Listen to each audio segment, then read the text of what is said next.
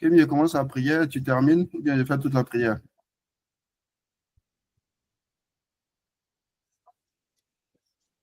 Vas-y. D'accord. D'accord. Ah, bonsoir à tous ceux qui viennent encore d'arriver. Et Seigneur Jésus, nous te disons merci. Nous voulons te bénir pour ce temps que tu nous donnes. Ensemble, de rechercher la sagesse à travers ta parole, à travers tous ces écrits, de méditer et d'apprendre à grandir. La parole dit qu'il est bon, qu'il est doux pour des frères d'être ensemble, car c'est là que Dieu descend sa bénédiction en abondance. Nous prions pour que cet instant soit un moment de partage, un moment de bénédiction, un moment où notre coach va nous donner des paroles qui vont nous infuser. Nous prions pour que les cœurs soient disposés effectivement à pardonner, ce qui est ce que Jésus-Christ lui-même, notre Seigneur, nous demande, afin que nous puissions nous approcher de lui, afin que l'Esprit Saint nous visite, parce que l'Esprit ne visite pas le cœur lourd. Et aujourd'hui, la parole qu'on a partagée, c'était l'évangile de la femme adultère. Jésus dit qu'il n'est pas venu pour condamner quelqu'un, qu'il est venu pour pardonner, pour nous sauver. Et que ce pardon-là qui a été enseigné aujourd'hui dans les Écritures nous visite, et que cet enseignement et ce temps de partage nous dispose effectivement à pardonner afin que Christ même grandisse en nous, au nom puissant de Jésus. Amen. Amen, amen, amen, amen. Amen. Bon.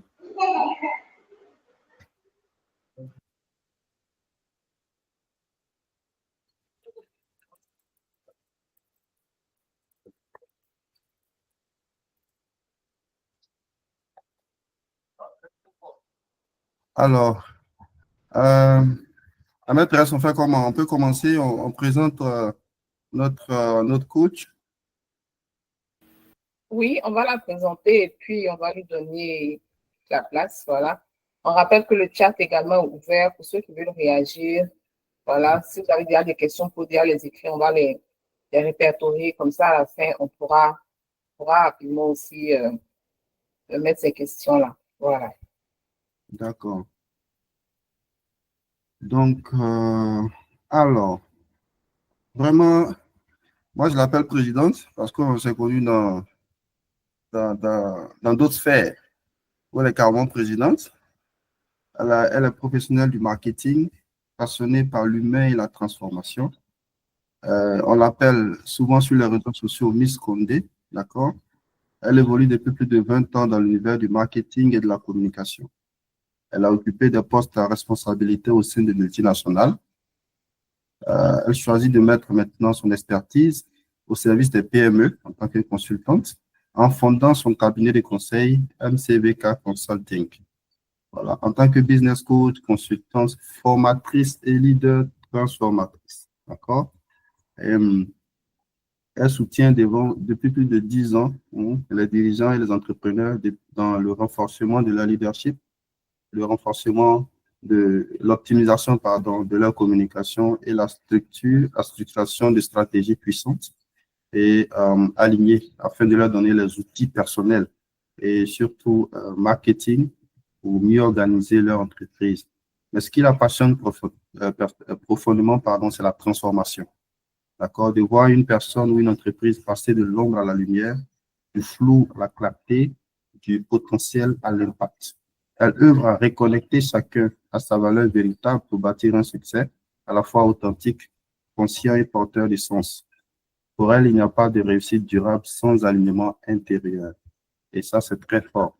Donc, en quelques mots, je vous ai donné en grande ligne, d'accord, une petite bio de Vanessa Condé, Tienina. Voilà, ça, c'est le nom le grand nom, Tienina. Il faut dire le petit nom, là. Il ne sort pas comme ça, mais quand il sort là, c'est que la grâce même du nom, hein, il y a un impact de la personne qui va se révéler. Donc, coach Vanessa, bonsoir. Merci, coach Condé. Merci vraiment d'être là avec nous. La maîtresse, je te repasse la parole pour que toi-même, tu délies le courroie des sandales de notre invité. Moi, je ne suis pas digne. Non, non, pas vraiment. Je pense que le coach est à la maison quand même. Voilà. Et on est honoré, voilà, de la recevoir et d'honorer aussi l'appel qui est sur sa vie. Parce que vous Amen. savez, souvent, quand on est dans la familiarité, on oublie de voir ce que Dieu met à côté de nous. Voilà. Donc, c'est important aussi de reconnaître les personnes que Dieu place à côté de nous et aussi de valoriser ce que Dieu a mis en nous et de pouvoir profiter de la grâce qui est dans leur vie. Et c'est pour ça aussi que le cercle est là, pour qu'on puisse profiter de la grâce qui est sur la vie de tout un chacun. Donc, merci à Vanessa de nous partager ce que le Seigneur lui a mis à cœur aujourd'hui. Elle a beaucoup de choses, mais elle va donner un peu aujourd'hui. Donc, voilà un peu, on va la recevoir avec des cœurs, des likes, voilà. Et c'est une autorité, vous la voyez comme ça, là. C'est une autorité, hein, ne vous amusez pas. C'est une autorité. Bienvenue, Vanessa, merci. On a une heure, voilà, une heure d'échange avec toi, suivi de questions-réponses. Donc, la balle est dans ton camp. Je vois la main de Yemika Kofi. C'est un bonjour, c'est ça. Bienvenue, Yemika. Bienvenue à tous ceux qui nous rejoignent. Ok, bienvenue, docteur Corinne, Corinne Yapo, Josiane, voilà, Mathieu, welcome. Voilà, on va bientôt commencer. Vous pouvez fermer vos micros. Si vous voulez réagir, il y a le chat qui est là pour écrire et tout. Voilà, on démarre.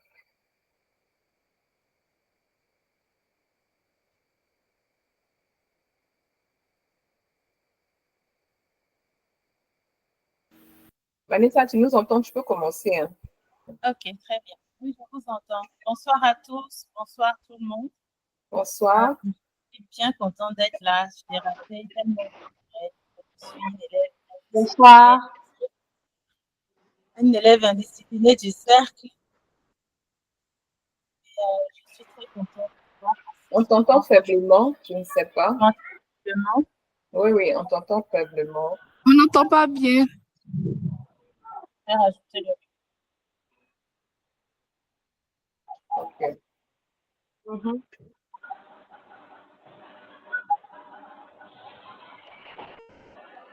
C'est l'aléa du direct.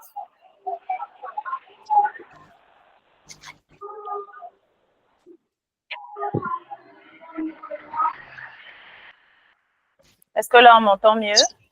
Oui, c'est parfait, c'est parfait. Si vous pouvez confirmer que vous entendez bien, comme ça au moins, voilà. Ok, merci. C'est parfait. Ok. Hello, hello. Oui, on t'entend parfaitement, c'est bon. On m'entend maintenant? Oui, c'est bon, c'est bon. C'est bon.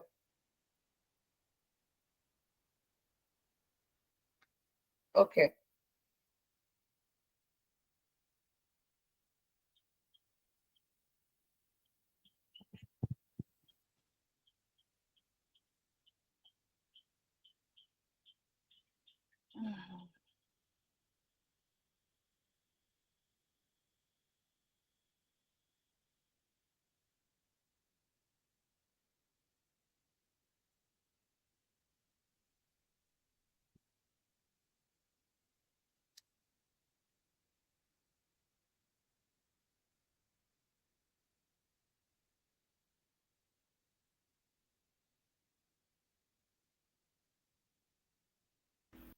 Vanessa, tu nous entends? Nous, on te reçoit. Hein?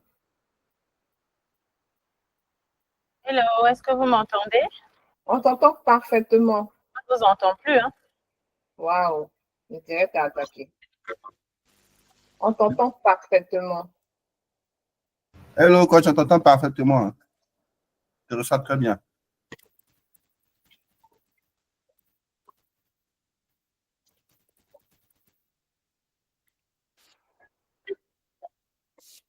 D'accord, vous m'entendez? Moi, je vous entendais.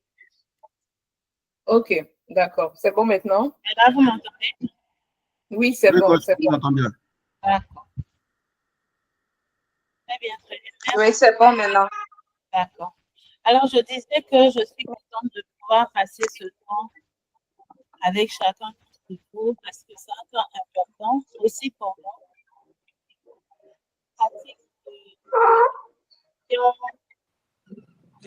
Là, on vous entend de façon découpée, en fait.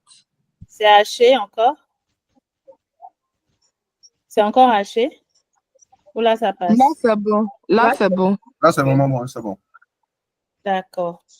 S'il y a un souci, il y a des petites instabilités réseau par ici, donc ça peut jouer sur la qualité de du son. Alors, je disais que le sujet de l'introspection et de la connaissance de soi est un sujet que j'affectionne. C'est un sujet qui me parle et j'espère vraiment qu'on sera tous disposés pour que Dieu puisse ouvrir nos cœurs, lire dans nos cœurs et nous apporter ce dont nous avons besoin. L'introspection, en fait, c'est une base de vie. D'accord? C'est une base de vie. Et j'aimerais commencer par nous parler un peu de pourquoi est-ce qu'on a le sujet de l'introspection. Pourquoi même est-ce que c'est un sujet dont on se soucie ou qui nous interpelle ou qui nous parle? Quelqu'un me disait un jour, quand on arrive sur la Terre, on ne demande pas les nouvelles. On ne demande pas pourquoi on est venu sur la Terre. Qu'est-ce qu'on est venu faire? Où on va? Comment est-ce que les choses se passent? Donc, quand on arrive sur la Terre, à travers notre naissance, nous emboîtons le pas de l'environnement, si on peut le dire ainsi, dans lequel nous nous retrouvons. Cet environnement-là fonctionne avec ses orientations, plus ou moins nous oriente, d'accord?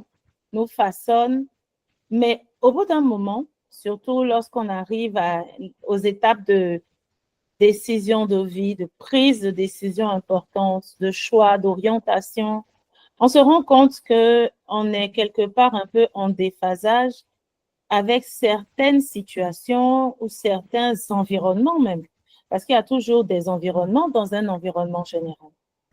Donc là, on se rend compte qu'il y a quelque chose qui ne fonctionne pas. Il y a un questionnement qui vient au fond de nos cœurs, il y a un questionnement qui retentit et qui à un moment devient tellement fort que nous nous posons la question de qui est-ce que je suis vraiment?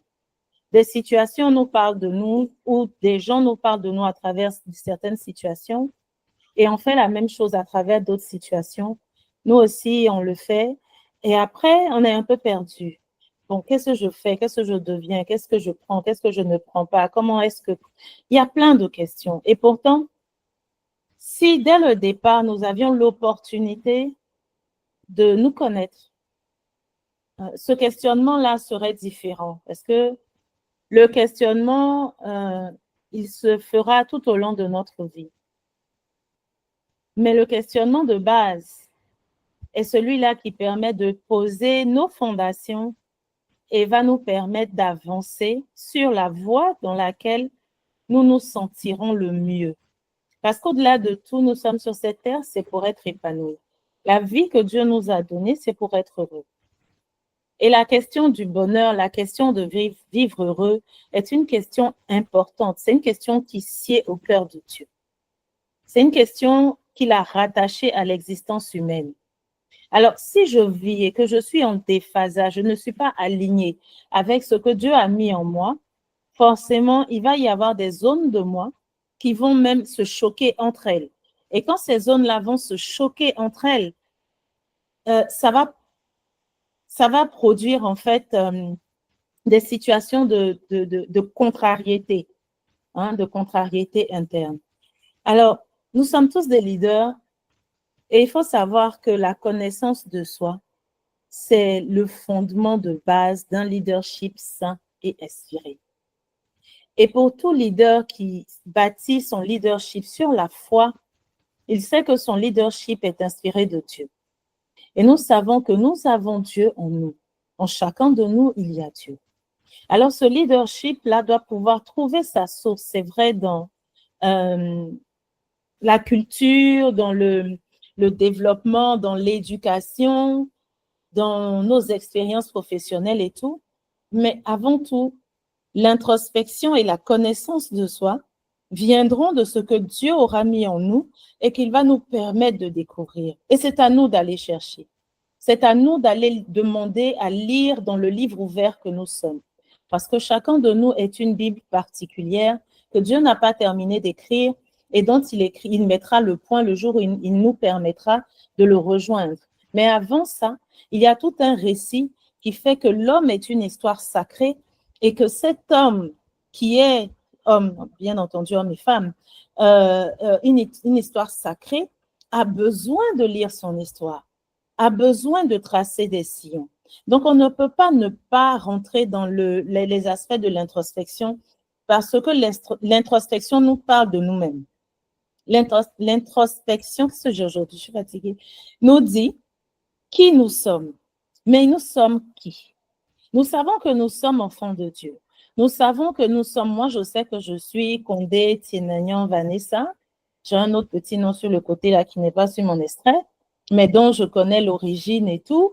Donc je sais que je suis tant.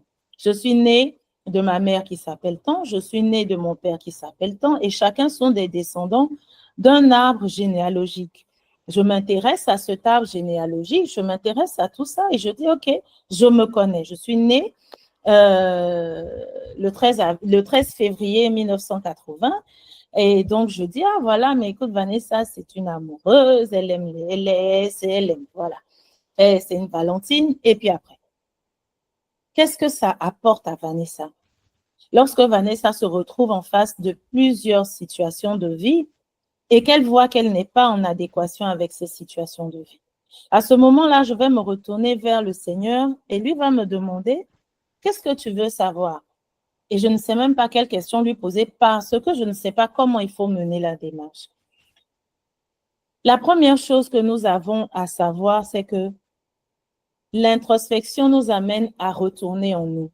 Et c'est parfois douloureux parce que se regarder dans le miroir avec objectivité, sincérité, franchise et transparence, ça fait mal. Ça fait mal parce qu'il y a des images de nous-mêmes qui nous choquent. Ça fait mal parce qu'il y a des situations dans lesquelles nous avons été qui ont inscrit des lettres douloureuses. Ça fait mal parce qu'on aurait aimé ne pas voir certaines choses. On aurait aimé que notre miroir ne nous ramène pas des situations, des événements, même une image qu'on n'apprécie pas. Mais nous devons pourtant nous regarder dans notre miroir et aimer l'image que nous recevons. Pourquoi? Parce que même avec ces pas, avec ces étapes douloureuses, avec cette image tronquée, Dieu, lui, nous apprécie et nous aime. Nous continuons d'être sa merveille. Et ça doit être une base. Donc, quand nous nous regardons, nous devons aussi pouvoir regarder les merveilleux aspects qu'il a mis en nous, les qualités, les talents, le pourquoi. Nous pouvons regarder ce à quoi il nous envoie et comprendre que ces étapes douloureuses-là ne sont que les embûches sur le chemin de formation et de constitution du bijou qu'il est en train de forger, parce que c'est un bijou. Chacun de nous est un bijou. Mais lorsqu'on sort de l'or de la terre, l'or n'est pas beau à voir. Je ne sais pas si vous avez déjà vu des lingots d'or, des pépites d'or, ça ne ressemble à rien. Ça ne ressemble à rien. C'est lorsque l'or est travaillé et il est choqué, l'or est chauffé, l'or est fatigué, l'or est tordu dans tous les sens. L'or est tellement maltraité qu'on se demande, mais et avec une intensité de feu. Et c'est après ça qu'on se rend compte, mais que l'or, c'est beau. On commence à avoir même des niveaux de carats. Donc, chacun, en fonction de son portefeuille, de là où il veut aller, dit, je veux un bijou à tant de carats, 18 carats, 24 carats, etc. Et on se permet même de mettre des pierres précieuses et tout ça. Mais on n'imagine pas ce que l'or a subi pour être à ce niveau. Et c'est ça que l'introspection nous fait. L'introspection vient nous retourner nous-mêmes et nous ramener à ce que Dieu avait prévu pour nous lorsqu'il écrivait dans des lettres d'or notre livre de vie et qu'il nous a expédié ici sur la terre en disant, à partir de telle date, voici que ta vie commence. Et dans la Bible, nous pouvons retrouver un peu des textes qui nous parlent de l'introspection. Lorsqu'on va en Proverbe 20, au verset 5, le verset nous dit « Les desseins dans le cœur de l'homme sont des eaux profondes, mais l'homme intelligent sait y puiser. Donc, il y a des desseins dans notre cœur déjà. C'est à nous d'aller chercher ces desseins. Mais si tu ne sais même pas qu'il y a quelque chose dans ton cœur, que tu récupères ce que les autres ont choisi de mettre dans ton cœur, c'est sûr que tu vas faire fausse route et que surtout, tu ne vas pas t'aimer et être heureux. Recherchons nos voies et sondons et retournons à l'Éternel. Ça, c'est Lamentation, chapitre 3, verset 40. Et le dernier verset que je vais partager à ce sujet, c'est 2 Corinthiens 3, verset 15. Jusqu'à ce jour, quand on lit Moïse, un voile est jeté sur le cœur. Alors, nous allons parler de l'introspection aujourd'hui en regardant les aspects du développement personnel et les aspects de la sagesse biblique. L'introspection, selon le développement personnel, va nous demander de la clarté. Ça devient un outil de clarté. C'est un outil qui nous permet de nous voir. C'est un outil qui nous permet d'apporter de la lumière en nous. Qui sommes-nous? Vraiment, pas ce qu'on dit seulement de nous, mais ce que nous sommes de façon intrinsèque. L'introspection va également être un outil de croissance parce que quand nous savons qui nous sommes, nous traçons les chemins de là où nous voulons aller. Parce que lorsque nous avons une vision, nous avons commencé dans le Leadership Book Club à travailler cette année par la vision. Mais la vision nous envoie quelque part à travers une mission. Mais où je vais, si je ne sais même pas qui je suis, quand je sais qui je suis, je sais comment est-ce que je dois marcher. Je sais avec qui je dois marcher. Je sais avec quoi je dois fonctionner. Je connais l'alliance que j'ai avec Dieu. Je connais l'alliance que j'ai avec la terre. Je connais l'alliance que j'ai avec mon environnement. Je connais l'alliance que j'ai avec ma famille. Je connais l'alliance que j'ai avec ma vie professionnelle. Je connais l'alliance que j'ai avec tout. Mais quand je ne sais pas, en réalité, je ne vis pas, je survis. Alors, l'introspection sera un outil de clarté, mais également un outil de croissance et surtout un outil de transformation. Parce que justement, quand nous sommes venus sur la terre, nous n'avons pas demandé les nouvelles. Nous avons été, je ne dirais pas induits en erreur, mais nous avons été un peu phagocytés. D'accord? Nous avons été phagocytés. Et lorsque nous avons été phagocytés, nous avons récupéré des choses qui ne sont pas forcément, on a pris des bagages qui ne sont pas à nous. Et donc, l'introspection va nous permettre d'identifier qu'est-ce qui est à nous et qu'est-ce qui ne l'est pas, afin que notre voyage sur Terre soit léger. Parce que nous voyageons lourd. C'est parce que nous voyageons lourd que nos vies pèsent, que les situations autour de nous pèsent. C'est pour ça que nous nous retrouvons dans des aspects de stress. Je pense que Dr. Ella, elle nous a parlé, je n'étais pas là, mais je sais qu'elle a parlé de nos situations avec le cœur et tout ça. Mais nous vivons dans un monde aujourd'hui où on récupère des bagages extraordinaires pour lesquels des fois nous n'avons même pas les épaules, nous n'avons pas la carrure. Alors que notre histoire de vie est adaptée à notre carrure puisqu'elle est faite sur mesure. Alors, dans le développement personnel, nous aurons 3 piliers donc, de l'introspection, c'est la clarté, la croissance et la transformation. Et qu'est-ce qu'on va retrouver comme élément de nous dans cette démarche d'introspection? En premier lieu, nos émotions. Nos émotions nous parlent de nous. Et c'est pour ça que quand on nous critique sur nos émotions, ça fait mal. Parce que nos émotions nous mettent à nu. Mais le fait qu'elles nous mettent à nu a aussi un avantage. On n'a pas à regarder seulement le défaut, mais à regarder l'avantage. Nos émotions vont nous parler de nous, mais nos pensées également. Nos pensées sont avec nous. Des fois, nous allons les livrer, des fois, non. Mais nos pensées nous donnent une ligne directrice de qui nous sommes. Nous aurons ensuite nos comportements au quotidien. On a tellement tendance à dire, moi, c'est comme ça que je suis. Moi, c'est comme ça que je fais. Moi, c'est. Donc, il faut que les gens acceptent qui nous sommes, comme nous sommes, même quand ce n'est pas bon. Non. Et nous-mêmes, quand nous nous retrouvons dans le silence de la nuit ou de nos moments de retraite, nous voyons bien que certains de nos comportements ne sont pas des comportements qui plaisent, ni qui plaisent à l'homme, ni qui plaisent à Dieu.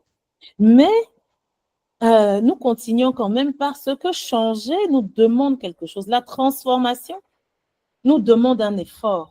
La transformation nous demande de tuer quelque chose en nous, mais ce que nous tuons en nous fait vivre ce qui est nécessaire et essentiel en nous et pour nous. Et ça, c'est très important. Il faut qu'on apprenne à faire taire ce qui en nous ne peut pas nous faire avancer. Et l'introspection va nous apporter cela. L'introspection va nous permettre d'entrer dans le tréfonds de chacun de nous pour ressortir le niveau de kara que nous avons en termes d'or.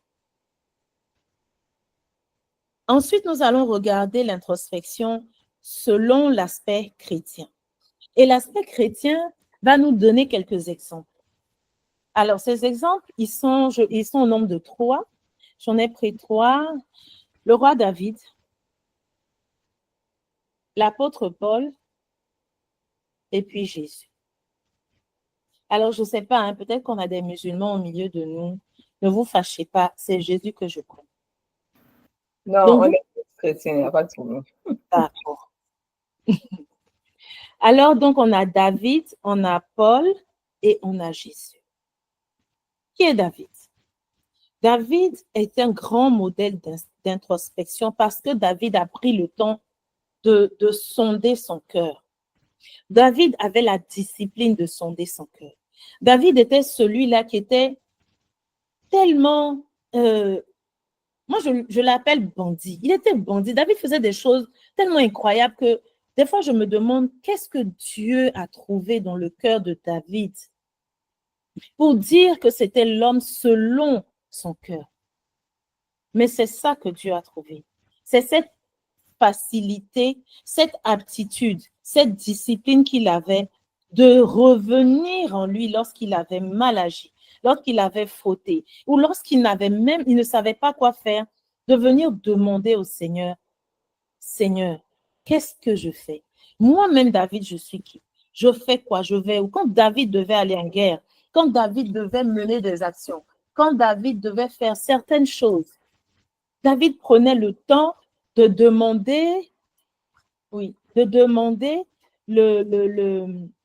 l'avis de Dieu, de demander l'orientation de Dieu. C'est ce que David faisait. Quand David devait mener des actions incroyables, aussi difficiles qu'elles étaient, il demandait. Et ce qui était fort, c'est que même quand il devait répéter la même action, la deuxième fois, il va redemander à Dieu, je fais quoi?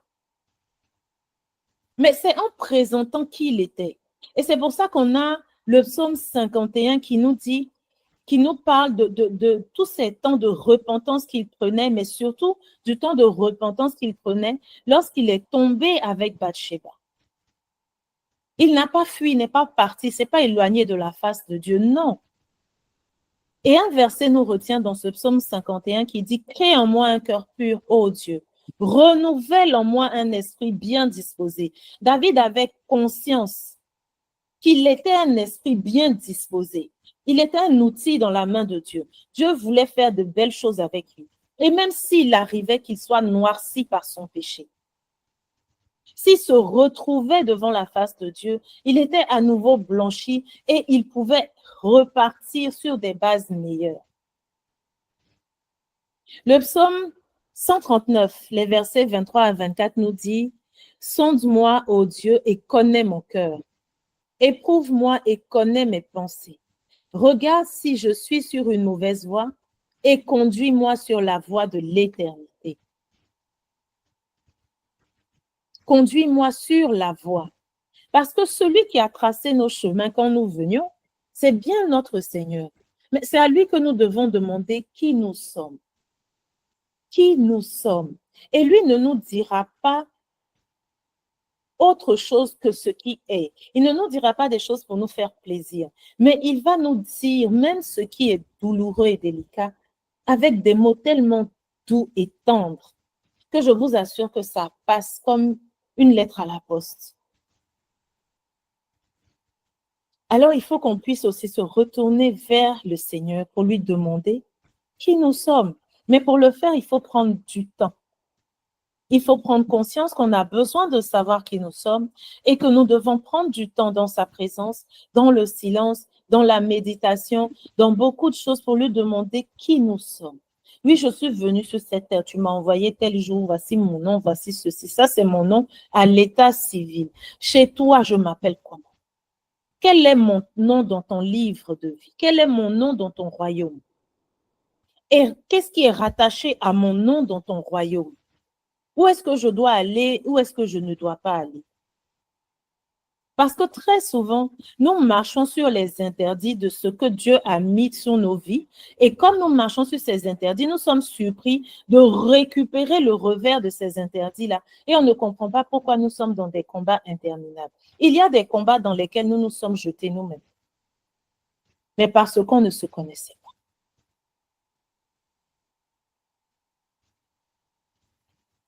Alors, nous avons également l'apôtre Paul. L'apôtre Paul qui, lui, a passé son temps, sinon la première partie de sa vie, à combattre les chrétiens et à combattre particulièrement le Christ. Il l'a fait au point où, quand il est passé par la conversion, il a été l'un des apôtres dont on a le plus entendu parler. Mais l'apôtre Paul, avant de commencer sa mission, avait compris qu'il était mort et qu'il était ressuscité dans cette conversion. Qu'est-ce qu'il a fait? Il est entré en introspection. Il a pris du temps. Il s'est retiré et il a demandé à Dieu, qui est-ce que je suis? Sinon, avant, il s'appelait Saul. Et lorsqu'il a été converti, qu'il est devenu Paul. Son nom a changé. Il a un nom dans le ciel, il a un nom sur la terre. Son nom sur la terre, c'est Saul. Son nom dans le ciel, c'est Paul. Mais son nom dans le ciel, qui est Paul, lui donnait un chemin de vie qui n'avait rien à voir, qui était radicalement différent avec le chemin de Saul. C'était totalement différent, mais il a pris ce temps. Il a pris le temps de se regarder, d'accepter qu'il a été méchant, il a été mauvais, il a combattu, il a tué, il a tout fait. J'ai fait tout ça. Et maintenant, moi, je ne suis plus Saul, je suis Paul. Et c'est partant de ça, de mon expérience de Saul, que Dieu vient assaisonner avec maintenant ma nouvelle vie en Paul, que moi, je vais maintenant œuvrer pour le salut. Je vais faire ce pourquoi je suis sur la terre, parce que je viens d'être réconcilié avec moi et de savoir qui je suis vraiment et qu'est-ce que celui qui m'a fait venir sur cette terre attend de moi. Et à ce moment-là, il a compris qu'il devait être missionnaire, il devait fonctionner de telle ou telle manière. Et des écrits de Paul, nous en avons, mais c'est ce qui fait aujourd'hui une bonne partie du Nouveau Testament. Et après, nous avons Jésus. Nous avons Jésus. Et Jésus lui-même, avant de se retrouver dans le désert, savait qu'il était appelé à quelque chose d'important. Jésus le savait. Alors, qu'est-ce que Jésus a fait? Il est parti pour 40 jours. Jésus savait qu'il était appelé. Il savait qu'il était venu faire les œuvres de son Père. Il savait qu'il était venu servir. Mais Jésus ne savait pas comment il allait servir. Parce que tout ce temps-là, même s'il avait la connaissance des livres, il avait certains dons, des charismes, il avait beaucoup de choses, mais il restait le fils de Joseph et de Marie, qui, eux, étaient des croyants. Donc, eux lui ont inculqué comment on vit sur la terre, mais ils ne lui ont pas inculqué comment on fait ce que Dieu veut que tu fasses. Ça, il ne le savait pas. Il a dû sortir pour demander au Seigneur, Seigneur, qu'attends-tu de moi? Moi, Jésus, qui je suis? Je suis Emmanuel ou bien je suis Jésus? Je suis qui? C'est là-bas que Dieu lui a parlé pour lui dire la partie d'Emmanuel qui est dans son corps là, ça sert à quoi? La partie de Jésus qui est dans son corps là, ça sert à quoi?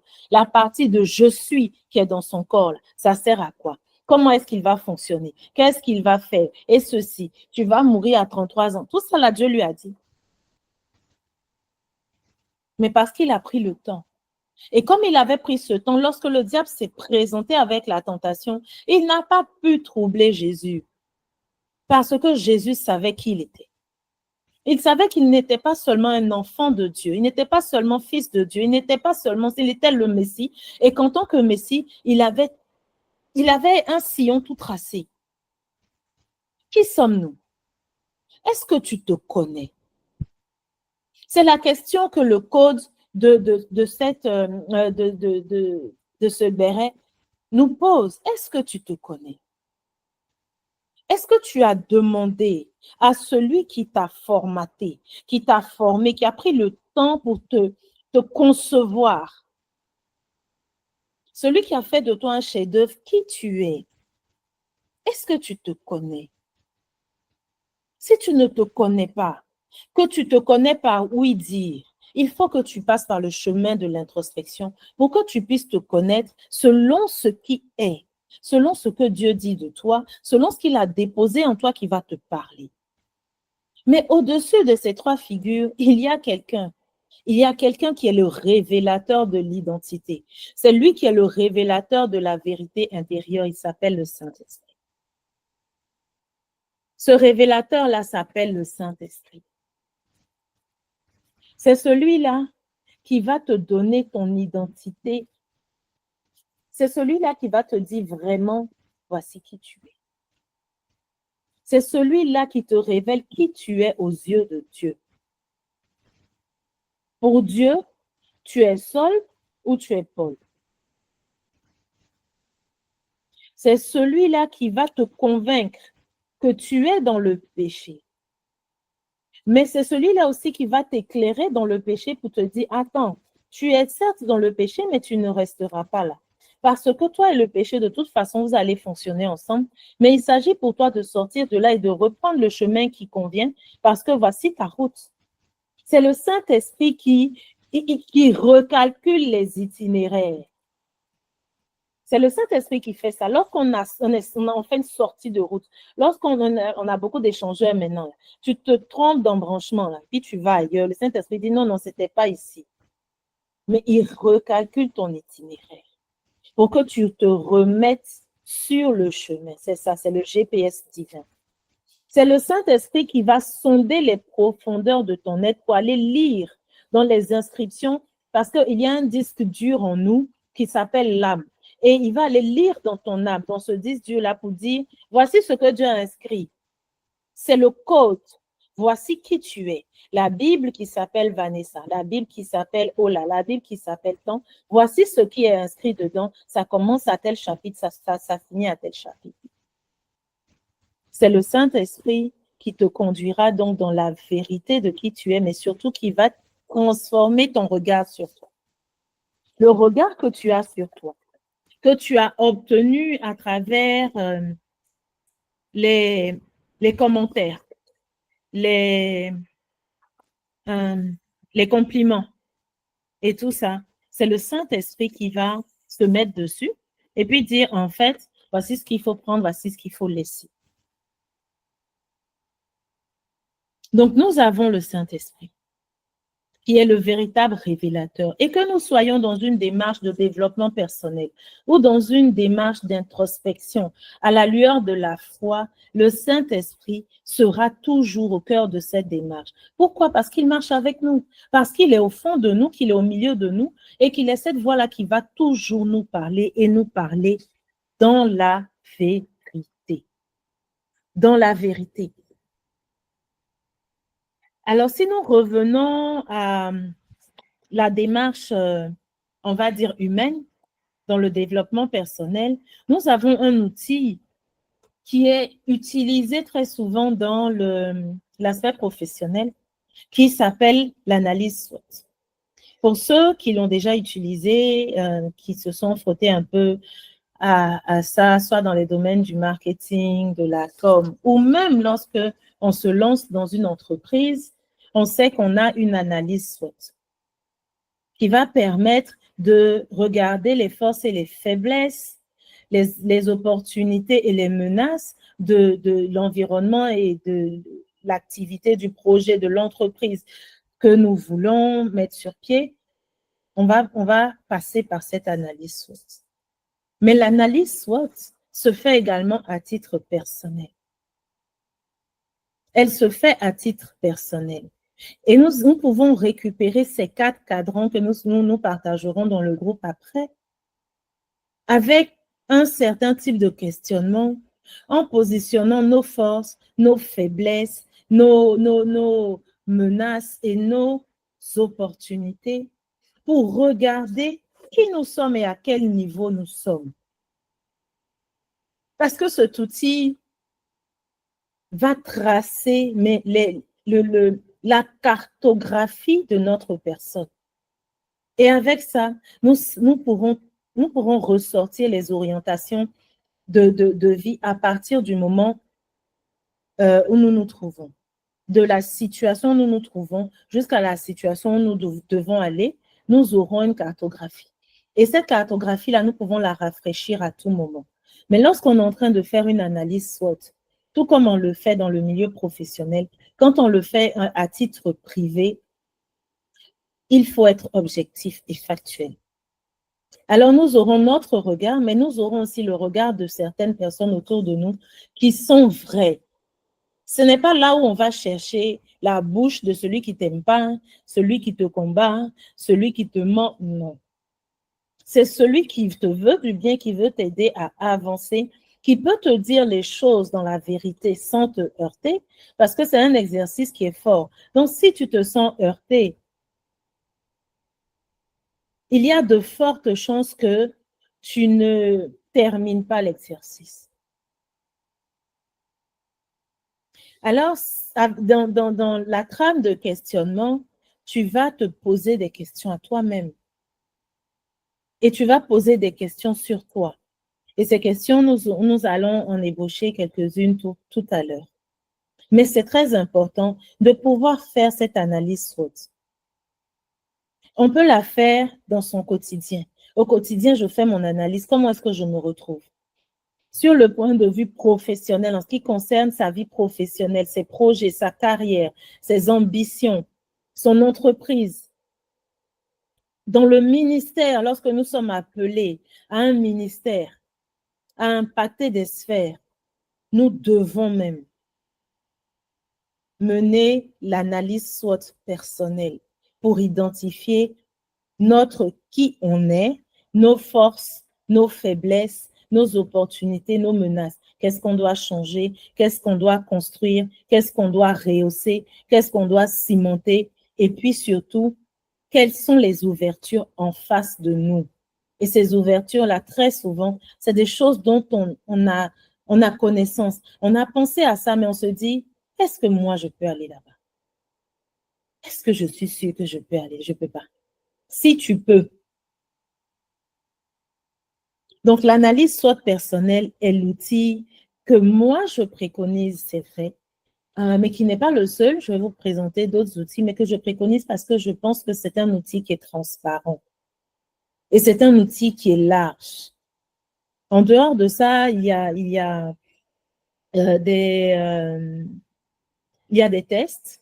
Hein, il y a des tests de personnalité, des tests même de psychologie. Il y a toutes sortes d'éléments qu'on peut avoir. Mais l'analyse SWOT, c'est vraiment l'outil le plus simple à faire. Et il est bon de le faire autant de fois que possible. On peut le faire 2, 3, 4 fois dans l'année, autant de fois que des sujets se présentent, que l'envie se présente, que nous-mêmes, nous nous retrouvons en face de ce questionnement-là, du qui on est. Le qui nous sommes est vraiment fondamental. C'est la pièce maîtresse, c'est le départ. C'est le départ de tout ce que nous avons à faire. Et si aujourd'hui nous avons à refaire des trajectoires, nous avons à aligner vie personnelle et vie professionnelle, ou même à réaligner la vie professionnelle ou la vie personnelle, si nous ne savons pas qui nous sommes, nous allons faire des tentatives infructueuses à chaque fois. Quand on prend, par exemple, dans la Bible, et là, je vais sortir de tout ce qui est développement personnel ou outils humains, pour revenir à la lueur de la Bible et de la foi. Quand on prend dans la Bible, nous voyons que Dieu parle à certaines personnes en leur révélant leur identité et leur mission. Tout ce que Dieu a envoyé ne se connaissaient pas. Ils se connaissaient selon ce qu'ils étaient au vu aussi de tout le monde, dans l'environnement dans lequel ils vivaient, ils évoluaient et dans lequel ils se projetaient. Et un bon matin, quand il est arrivé, il a dit, non, toi, tu n'es pas là-bas. Il a pris Gédéon. Voici quelqu'un, un Gédéon, qui était convaincu qu'il était totalement faible. Et à qui Dieu dit, non, toi, tu es un héros. Quand il se regarde, il ne voit rien du héros, rien du héros. Tout ce qu'il voit, c'est sa faiblesse. Est-ce qu'il a constaté? Mais c'est aussi ce qu'on lui a dit. On a cimenté la faiblesse sur Gédéon. Et finalement, Gédéon a dû prendre le temps de retourner en lui-même et de laisser Dieu et le Saint-Esprit lui ramener qui il est pour réaliser qu'il était un héros. Même si ses premiers pas n'étaient pas assurés, mais il a accepté que Dieu ne se trompe pas. Et que Dieu seul sait qui il est vraiment. Et que si Dieu dit qu'il est un héros, c'est qu'il est un héros. Et à la fin, nous avons vu que Gédéon a compris qu'il était plus que ce qu'il pensait.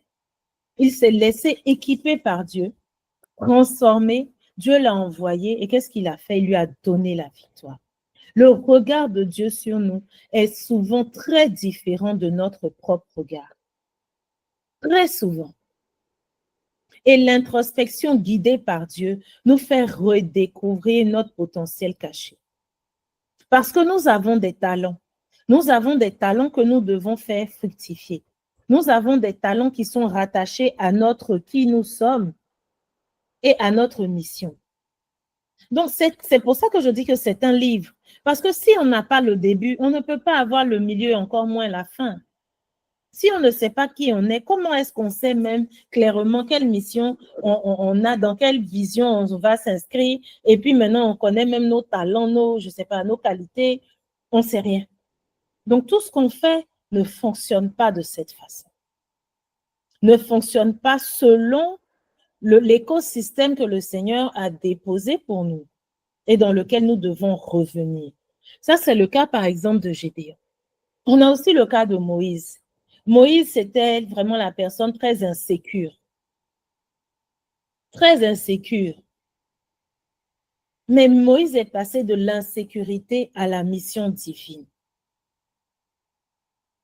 Dieu a passé son temps à prendre des bras cassés, des pieds cassés, pour en faire des buildings, pour en faire des tours de garde, pour en faire de majestueux châteaux, pour en faire des monuments.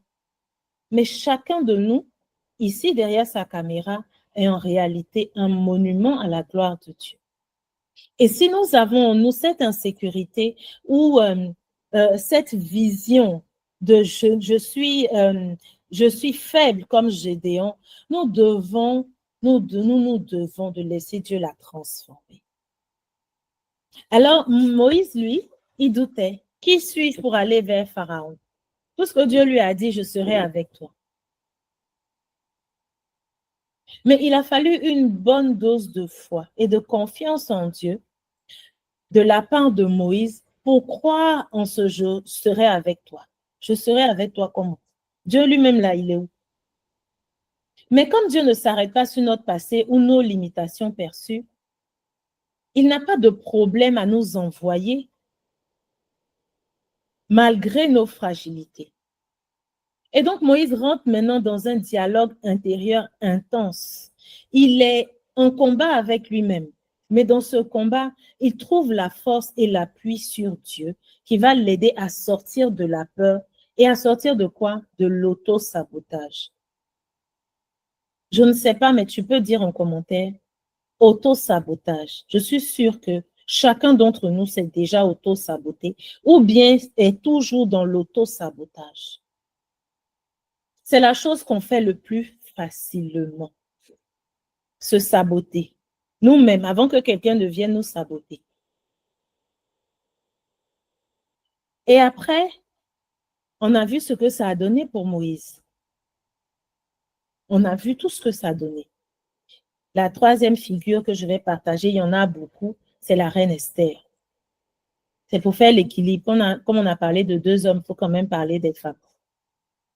Alors, la reine Esther, elle passe de la peur à la révélation de sa destinée. Mais qui était Esther? C'était la petite juive quelque part là-bas qui a perdu ses parents et puis qui était, qui a été recueillie par son oncle Mardoché et qui a été élevée par Mardoché. Esther peut-être se savait belle, et puis après, elle n'était pas la seule femme belle. Mais Esther ne savait pas qu'elle avait un dépôt de puissance en elle qui allait permettre de sauver son peuple. Ça, Esther ne le savait pas. Elle ne savait pas qui elle était à ce moment-là. Lorsque même on est allé la chercher pour en faire la femme du roi, vraiment, elle a senti que sa vie avait changé. Tu passes de la pauvreté à la richesse. Donc, l'oncle Mardoché, lui aussi, il ne sait pas qui est Esther, lui aussi ne se connaît pas. Vraiment, tout le monde est heureux. Le roi nous a sauvés, nous tous. Enfin, nous pourrons avoir une meilleure vie, etc. Mais ce n'était pas ça, la vie de Esther. Ce n'était pas ça l'identité de Esther. Esther était quelqu'un dont le nom devait être inscrit dans les livres saints à cause des actes qu'elle serait amenée à poser. Et malgré son hésitation, Esther s'est rendue compte lorsque le drame s'est présenté qu'elle devait faire quelque chose. Mais comment elle s'en est rendue compte? C'est venu de l'intérieur, c'est venu de son cœur, de son âme, c'est venu de ce que Dieu avait inscrit et la situation a choqué ce que Dieu avait inscrit et elle a compris qu'il faut que je me réveille, il y a quelque chose qui ne va pas, je dois faire quelque chose. Donc, qu'est-ce que je fais? Et quand elle a demandé qu'est-ce que je fais à Dieu, il lui a dit, voici le chemin que tu dois utiliser. Parce qu'elle savait très bien que si elle allait directement comme une humaine, selon ce que les hommes ont tracé comme route, selon ce que les hommes disent qu'il faut faire, alors elle allait rencontrer quoi? La mort. Elle n'allait même pas être dans la tuerie prévue pour tout le monde. Non, elle, c'était une exécution directe. Mais elle savait aussi que si elle se remettait en celui qui a inscrit son nom, alors à ce moment-là, les choses allaient se passer de manière incroyable.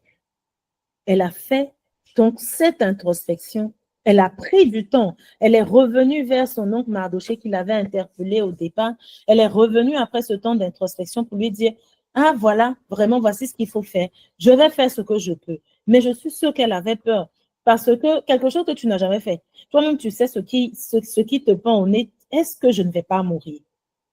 Mais ce qui était inscrit en elle était tellement plus fort qu'elle a accepté de rentrer dans le plan de vie, de rentrer dans son identité de reine, de rentrer dans son identité de libératrice, de rentrer dans son identité même de guerrière pour le royaume.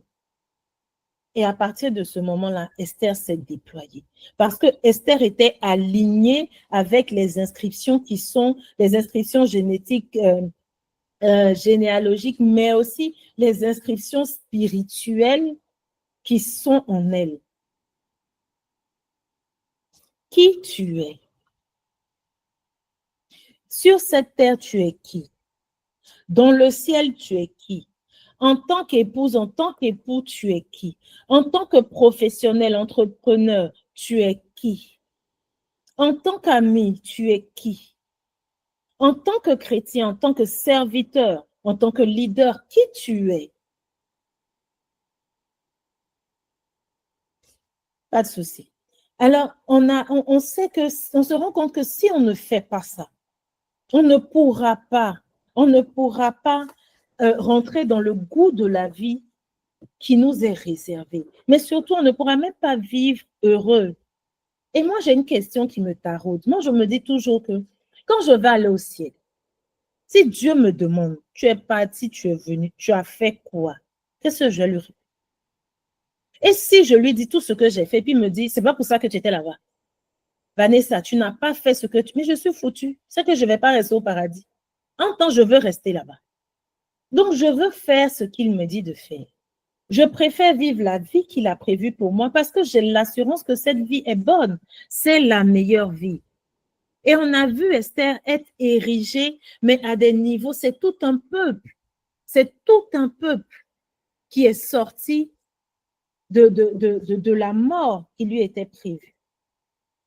Elle a discerné sa place. Elle a pu discerner son appel. Elle a pu discerner sa mission et marcher avec foi dedans.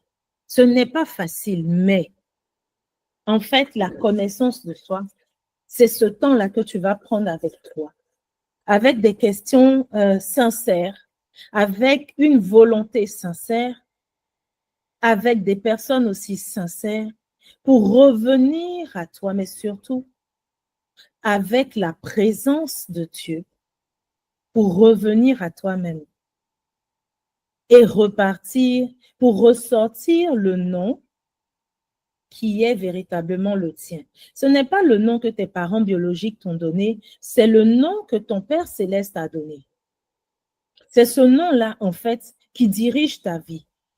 Et il y a quelqu'un qui dit, si toi-même ce n'est pas parce que tu ne connais pas tes combats ou tu ne connais pas l'adversité en face de toi que cette adversité, par exemple, ne se présentera pas ou que ces combats ne se présenteront pas. En fait, c'est pas parce que tu vas t'appeler, je vais m'appeler Vanessa et que je ne sais pas que je dois m'appeler, je ne sais pas moi, autre chose dans le ciel, que ce qui est prévu comme feu rouge sur ma vie ne se présentera pas, ça va se présenter. Ça va se présenter parce que c'est inscrit. C'est inscrit.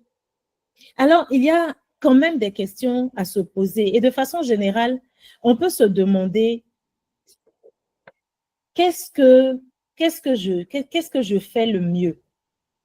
Qu'est-ce que je fais le mieux? Quels sont mes schémas répétitifs? Nous nous rendons compte que nous avons des schémas répétitifs. Et je le disais tout à l'heure, très souvent, nous déclenchons ces schémas répétitifs-là parce que nous ne nous connaissons pas et nous marchons dans les sillons qui ramènent ces schémas-là. C'est comme si, en fait, nous avons été en examen et puis nous avons échoué. Donc, on est en train de repasser l'examen. Parce qu'on ne sait pas, en fait, qu'on est en examen. On ne sait même pas comment il faut le faire. Qu'est-ce que je pense de moi? Qu'est-ce que Dieu pense de moi? Qu'est-ce que Dieu attend de moi? Que pensent les autres de moi? Dans quel domaine est-ce que je me sens alignée? Parce que quand on n'est pas aligné, on le sait. Dans quel domaine est-ce que je ne me sens pas alignée? Dans quoi est-ce que j'échoue facilement ou j'échoue de façon répétitive? Et dans quoi est-ce que je suis, mais vraiment j'explose? Et là, on peut on peut rien me faire. On monte, on descend, je vais briller. Qu'est-ce que j'aime? Qu'est-ce que je n'aime pas? Pourquoi est-ce que j'aime ça? Pourquoi je n'aime pas ça? Qu'est-ce qui m'a marqué? Qu'est-ce qui m'a choqué? Il y a beaucoup de questions. Et cette liste-là, je peux vous en sortir tellement et vous ferez cet exercice. Ensuite, on peut aussi se demander qu'est-ce que Dieu me révèle sur moi dans cette saison? Parce que nous passons de saison en saison. Qu'est-ce que Dieu me révèle sur moi dans cette saison? Parce que ce qu'il voulait de moi dans la saison précédente n'est pas forcément ce qu'il veut de moi dans cette saison. C'est pour ça que David, chaque fois qu'il devait faire quelque chose, demandait à Dieu, je fais quoi? Mais pourtant, il est le même David et c'est le même Dieu. Et la chose, il l'avait déjà faite. Il avait déjà reçu une orientation. Mais il a redemandé. Il a demandé à nouveau parce que c'est important de savoir la volonté de Dieu pour le temps présent et la volonté de Dieu pour demain, pour nous. Quels sont les fruits de l'esprit qui sont visibles déjà en moi ou qui sont en progrès dans ma vie? Quels sont ceux qui ne sont pas en progrès, auxquels même je ne vais même pas toucher? Parce que souvent, quand on parle de conversion, quand on parle de transformation, c'est les autres, c'est pas nous. C'est toujours les autres qui doivent se transformer. C'est toujours eux qui doivent être transformés. Mais toi-même. Y a-t-il des fardeaux ou des missions que j'évite? Est-ce que j'ai un cœur disposé à être transformé par Dieu? Ce sont des questions comme ça qu'on doit se poser, des questions sérieuses, des questions vraies. Il va nous répondre. Et nous aussi, nous allons nous répondre. Et pour aider à tout ça, nous devons prendre le temps de lire la parole de Dieu. C'est vrai, on va lire beaucoup de livres de développement personnel. Et moi, j'adore les livres. Donc, vraiment, lire, là, je lis. Et je pense que chacun de nous ici lit.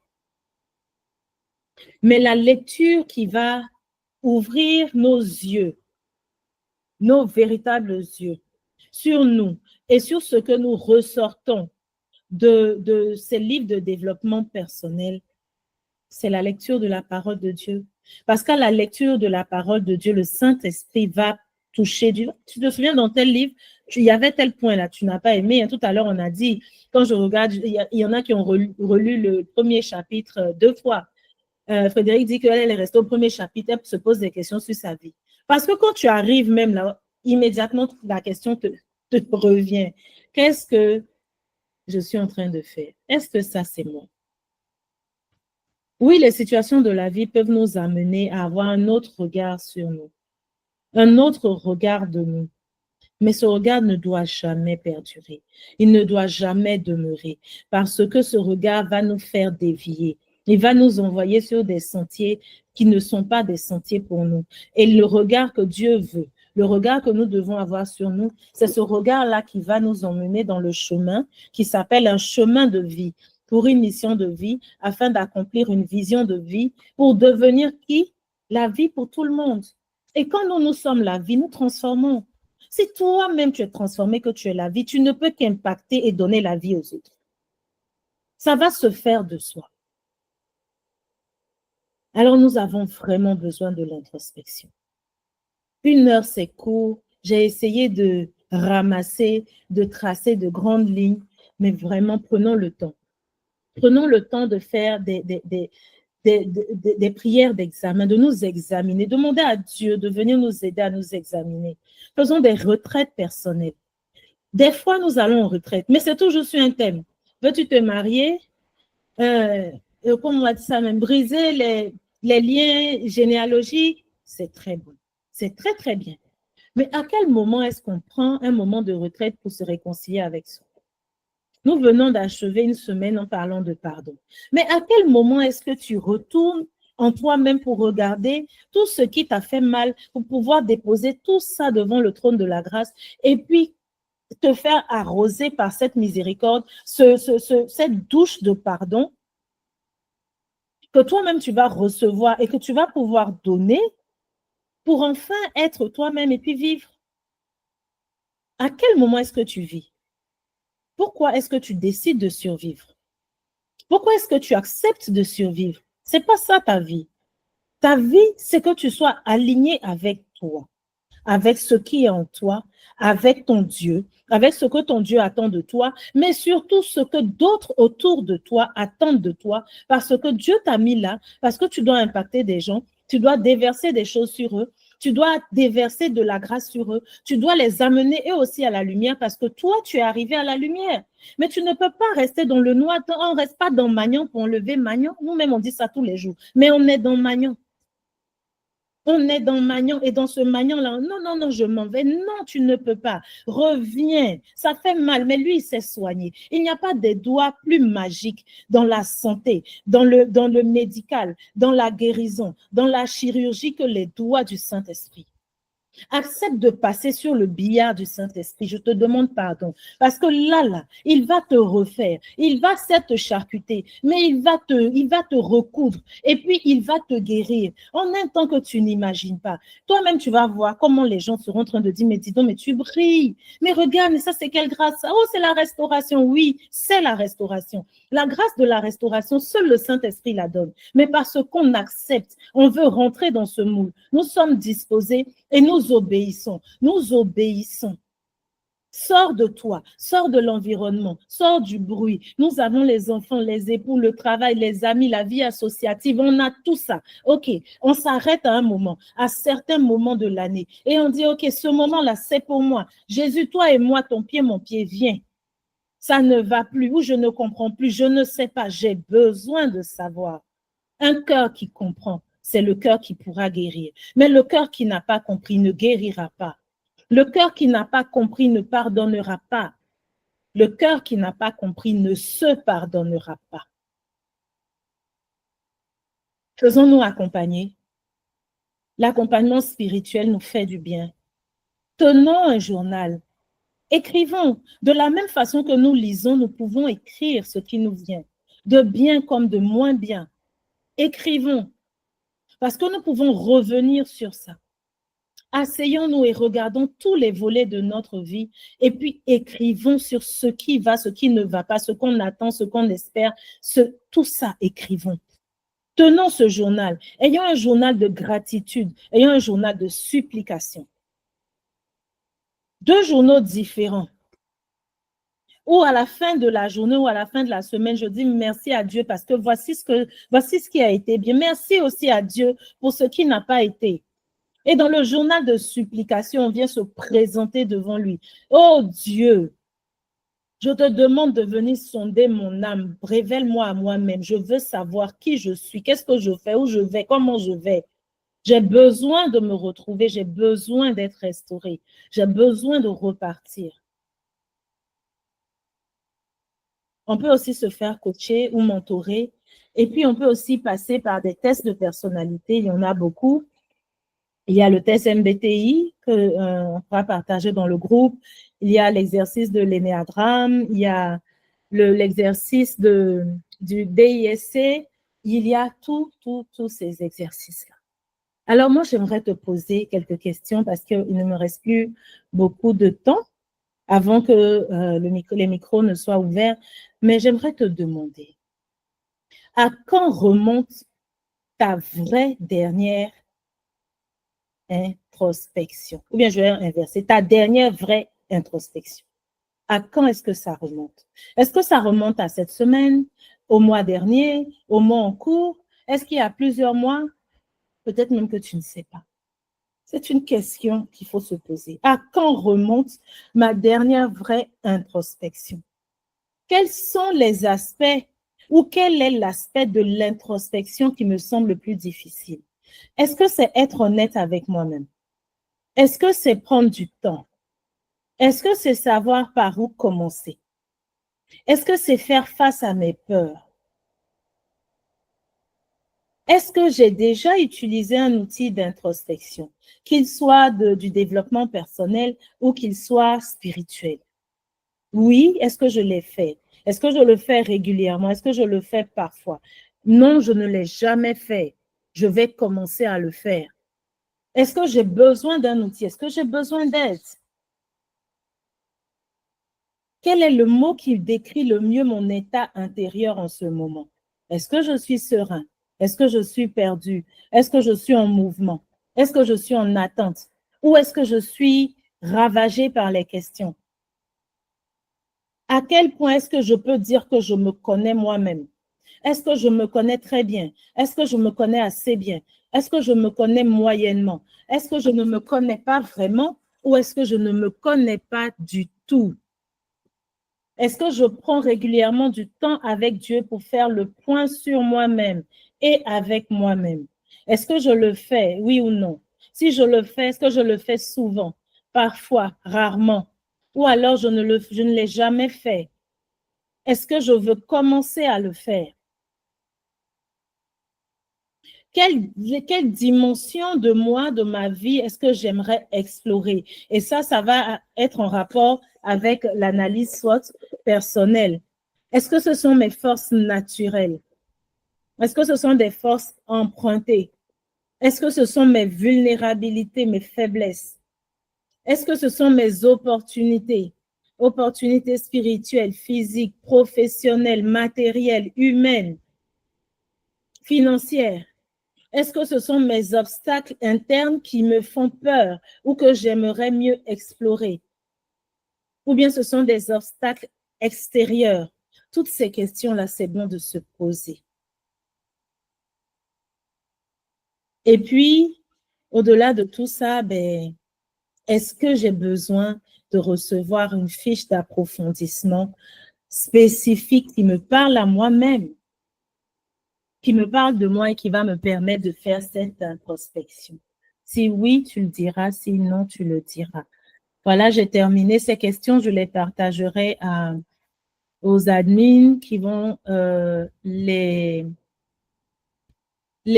transposer en sondage dans le groupe. Et si tu veux bien t'y prêter, ben, tu vas t'y prêter et puis on va en tirer les lignes directrices pour voir comment est-ce qu'on se connaît mieux. Ola, est-ce que tu te connais? J'ai terminé. Amen. Oh. Amen. Amen, amen, amen, amen, amen, amen. Est-ce qu'on peut animer un peu avec des likes, Amen, amen. Amen. Amen. Vraiment, tout cet enseignement très profond qui nous a été donné. Merci beaucoup pour cet enseignement. C'était profond.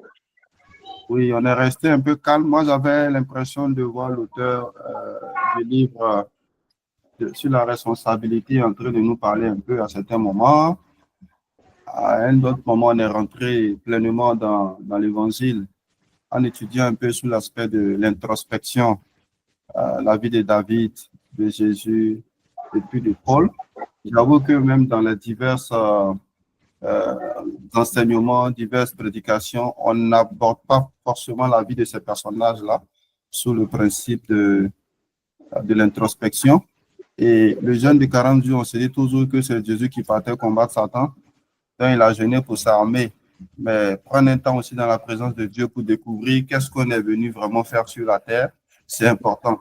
Et on se rend compte que tous ces grands personnages sont passés par l'introspection. Et franchement, ça dose d'exhortation. Et franchement, merci encore, Vanessa. Moi, je découvre sous l'œil de la coach. Je connais la présidente de DLP9. Et là, je découvre l'œil de la coach. Et en tout cas, vraiment, merci à tous.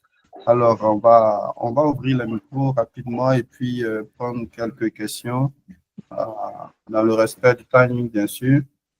Sans que les questions d'introspection, là, que personne ne demande à ce qu'on fasse une introspection, sinon on ne va pas finir. Ça sera très profond. D'accord. Donc, la maîtresse m'a levé la main. Ah, ça, c'est chaud. Ouais. D'accord. Il y a Kémy qui est là. Je veux voir les mains levées, s'il vous plaît. Qui sont ceux qui ont levé les mains? Il y a Mathieu et Femi qui ont levé la main. D'accord. Ah. Ok, donc Mathieu. Non, Femi, s'il te plaît. On passe par Femi d'abord. Mathieu, pardon, les dames d'abord. Pourquoi ils vont nous frapper? D'accord. Merci beaucoup. Le gentleman que tu es toujours. OK. Moi, j'ai une contribution et puis j'ai une question.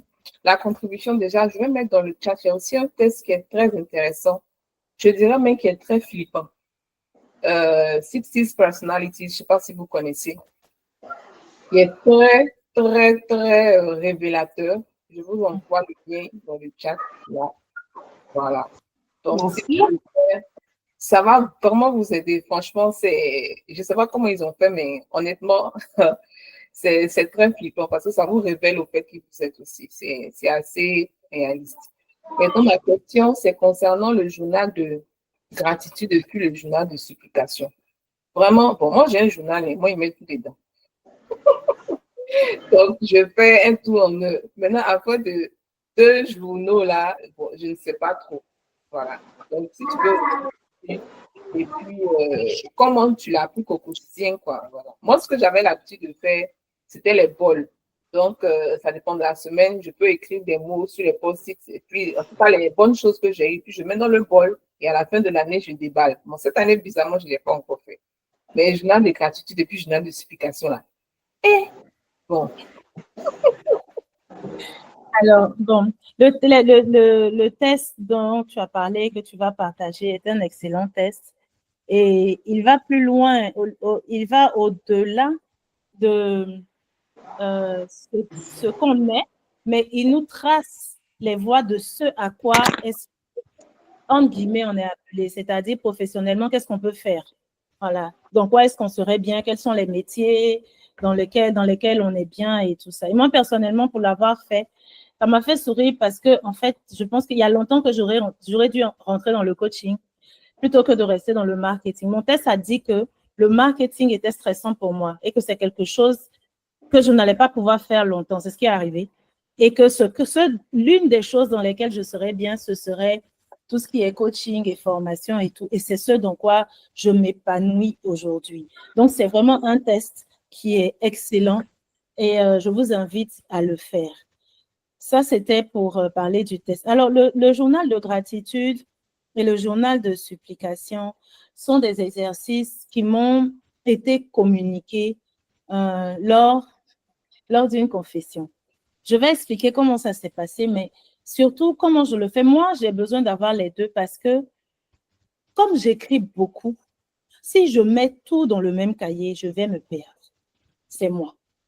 Après, si toi, tu as un seul cahier, mais que tu sais te retrouver, peut-être que tu vas le diviser en 2, en 3, en 4, et que tu sais retrouver la partie gratitude et la partie supplication, et que ça, tu ne vas pas t'embrouiller, c'est possible. Ce qui est important, c'est de pouvoir le consigner quelque part et revenir sur ce sur quoi ce qu'on a consigné là pour voir où on est arrivé. Alors, dans mon journal de gratitude, vraiment, je mets tout, même la plus petite chose. D'abord, je commence à dire merci à Dieu pour la vie qu'il me donne. Et tout ce que j'aurais vécu, je le fais au jour le jour. Et tout ce que j'aurais vécu dans la journée, même les choses les plus, je ne sais pas, même si aujourd'hui, j'ai bu un jus de fruits qui était agréable, je vais le mettre. Tout ce qui aura pu être vraiment, qui aura agrémenté ma vie, peu importe le domaine, je le mets dans le journal de gratitude. Et je parle aussi de moi dans le journal de gratitude. Je lui dis merci pour des choses qu'il a déposées en moi. Et dans le journal de supplication, je fais pareil. Ce qui n'a pas fonctionné, je le mets, je lui demande de l'aide. Seigneur, ici, ça n'a pas marché. Regarde, je ne voulais pas faire tant, j'ai fait. Ou j'aurais voulu faire telle chose, je n'ai pas pu. Je le mets. Les intentions, les personnes que je rencontre, pour lesquelles je décèle peut-être un besoin en quelque chose, que ces personnes-là me l'aient dit ou pas, je note. Parce que je me dis, je vais les porter en prière. Ou bien je vais chercher quelque chose pour aider cette personne. Donc, il faut que je note. J'ai besoin de ton Seigneur, je veux passer à une autre étape. C'est dans mon journal de supplication. Toutes sortes de prières, de désirs que j'ai dans le cœur, de projets, c'est ce que je mets dans mon journal de supplication. Et je reviens, je mets une date et aujourd'hui, voici tant, voici où je veux aller, voici quel est l'objectif de la supplication. Et je reviens après, regarder à quel niveau est-ce que je suis. Et comment est-ce que j'en suis arrivée? J'étais allée après justement un temps où j'avais vraiment besoin, j'avais du mal après beaucoup de choses que j'avais traversées, j'avais du mal à me regarder dans le miroir. Parce que quand je me regardais dans le miroir, c'était tout ce qu'on avait dit qui me revenait et qui me frappait au visage. Et je regardais, je me disais, mais c'est pas moi, Seigneur, c'est pas moi. Et j'avais vraiment besoin d'un temps, j'avais dans le cœur un désir d'introspection, un désir de silence et de solitude avec Dieu.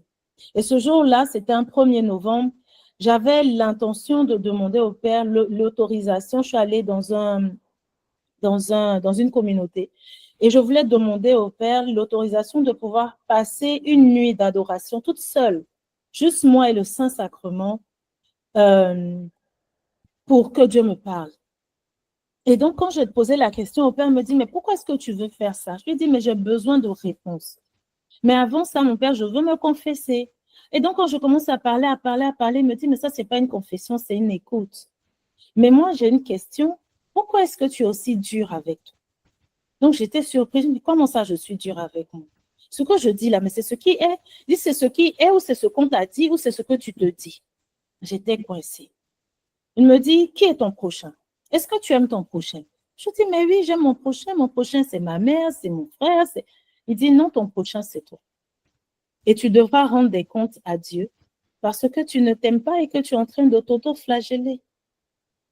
Tu n'as pas le droit de faire ce que tu es en train de faire parce que Dieu n'est pas d'accord avec ça. Ce n'est pas ainsi qu'il a décidé de mener la relation avec toi. J'étais désorientée. Je me suis dit, bon, qu'est-ce que je fais? Il m'a dit, OK, tu feras ta nuit. On va te permettre, bon, nous, on ne sait pas pourquoi est-ce que tu veux rester toute seule là, mais tu vas rester. Et après ça, tu vas faire un exercice. Tous les jours, il faut ressortir 5 qualités différentes de toi pendant 10 jours. Je dis, mais c'est impossible, moi, je ne peux jamais avoir autant de qualités. Mais j'ai tellement de défauts. Il me dit non. Non, je veux 5 qualités et 5 qualités différentes. Tu peux les choisir toi-même comme demander autour de toi, qu'on te donne des qualités de toi. Et je veux 5. Et 5, voici mon numéro. Tous les jours, tu m'envoies les 5. 5 différents. J'ai été surprise. J'ai été surprise de faire les 10 jours et de sortir 5 qualités de moi chaque jour qui étaient différentes. Des qualités que j'ai identifiées et des qualités qu'on m'a accordées. Comme quoi, on ne nous dit pas toujours que des choses méchantes et surtout, on a en nous des choses qu'on n'imagine pas. C'est comme ça que je suis arrivée à ça. Et à la fin de ce processus, il m'a conseillé cet exercice et cet exercice-là m'a transformée. Cet exercice il m'a refait. Il m'a réconcilié avec moi. Il m'a réconcilié avec tout ce qui était autour de moi. Et il m'a surtout réconcilié avec Dieu car je suis sortie de ce temps d'introspection. Je suis rentrée à 19h dans la chapelle. J'en suis sortie à 6h. Le Père était tellement dépassé qu'il m'a fait 2 ou 3 messes privées en cette même nuit-là. Parce qu'il se demandait qu'est-ce que je fais là. Mais c'était bon. Et j'étais moi. Et depuis lors, je suis moi. Je me bats pour être moi. Et je veux que tout le monde soit lui-même. Voilà. Je ne sais pas si j'ai répondu. Merci, merci, Oui, merci. oui, tu as répondu, vraiment. Un exercice qu'on a besoin de faire. La deuxième question, c'était... j'ai oublié le nom. Hein. Enfin, on n'a pas beaucoup Mathieu, il y avait Mathieu et Oui, Oui, Mathieu l'évangéliste, donne-nous la oui. question. Vous m'entendez? Très bien, Oui. 5 sur 5. c'est moi. Il est 19h, on Ok, veut savoir. donc je prends la parole pour dire, en tout cas, merci à mon binôme, elle a assuré, vraiment. Mes félicitations et puis beaucoup de fleurs à toi. Et que ton exhortation a ouvert mon esprit, vraiment sur beaucoup de choses. Et que franchement, je ne pouvais même pas me poser des questions parce que tu vas ramener encore à l'introspection. Si je te pose une question, allez, je te ramène à l'introspection. Donc, pour dire que, en tout cas, ça a été enrichissant et que l'introspection est vraiment personnelle, et que c'est le Saint-Esprit qui doit nous révéler qui nous sommes réellement. Et ce que j'aimerais avoir, c'est que vous avez dit qu'il y a des fiches qu'on pouvait utiliser pour des questionnements. Si vous pouvez recenser tout ça là pour qu'on puisse s'exercer à cela. Voilà, c'est un peu ça. En tout cas, merci encore. Merci mon binôme, merci beaucoup. Et oui, ce sera partagé. Je vais partager tout ça et puis mon inbox est ouvert aussi. Alors, on est 19h04. Normalement, on devait être à la fin des annonces. Mais je pense qu'on a encore une dernière question d'Arsène. Si elle n'est pas très longue, on va la prendre rapidement. Non, merci, c'est pas une question. Oh. Mais déjà, c'est vous dire merci à Coach Vanessa. Parce que ce petit enseignement-là m'a fait couler une lame. Et là, j'avoue que j'avais fait déjà le test de MBTI qui m'a permis effectivement de découvrir une partie de moi. Mais je pense que je n'ai jamais effectivement fait une introspection assez profonde, comme le dit un travail profond, comme on le dit, deep working sur moi-même.